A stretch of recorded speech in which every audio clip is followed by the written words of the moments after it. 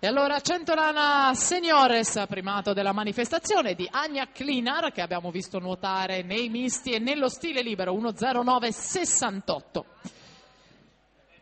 Gianna Pangos ha ottenuto il miglior tempo in 1:13.13, in virtù del quale in terza corsia, cattiva cliente la Giacchetti, farfallista, che però ben nuota anche la rana. L'atleta di Napoli del Flegreo, targata Aniene, vira in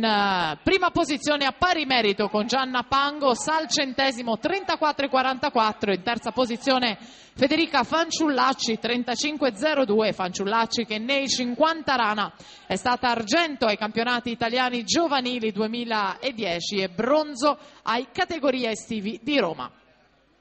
Pangos in 3, Giacchetti in 4, Fanciullacci in 2, quando siamo nel finale risale anche la Cagnato dalla quinta corsia con la Giacchetti che forse ha qualche energia in più nel finale per la vittoria della rana Caterina Giacchetti, 1:13.40, per lei dunque il primo posto davanti a Gianna Pangos, 1:13.63, proprio Greta Cagliari.